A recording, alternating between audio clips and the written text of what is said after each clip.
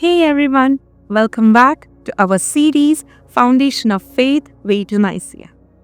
In the last video, we learned that when Emperor Constantine accepted Christianity, others in power were morally forced to follow. But since they couldn't fully comprehend the divinity of Christ, Arianism emerged as an attempt to redefine who Christ truly is. Today, Achen explains Arius' teaching. What did Arius teach? And why was it a danger to the Apostolic Faith of the Church?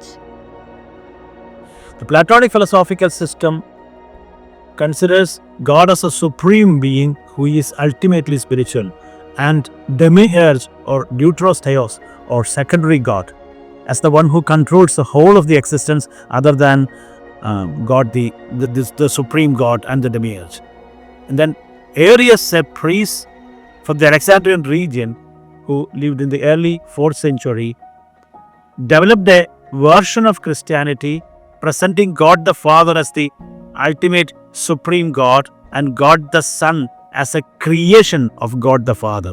And he argued that God the Son created the remaining of the whole creation, including this earth and all the creatures in it.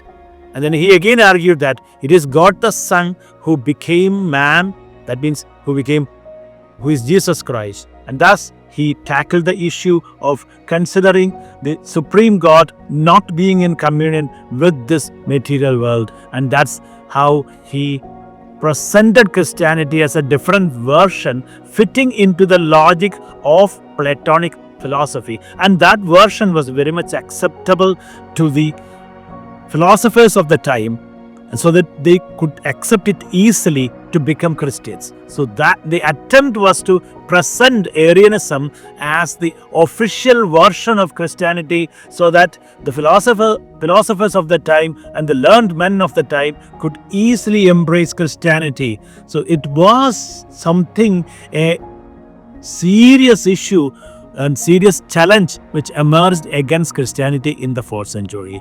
By challenging the divinity of Jesus Christ, Arius completely destroyed the real content of Christian faith. Thank you, Achen, for beautifully explaining how Arius used Platonic philosophy, ideas introduced by the Greek philosopher Plato, to reshape Christian belief, presenting Christ as a created being rather than God. This version of faith appealed to the intellectuals of the time but strayed far from the apostolic faith of the Church. In the next video, we will see how the Church responded by grounding its teaching in Scripture and the truth of salvation, firmly rejecting Arianism as a heresy.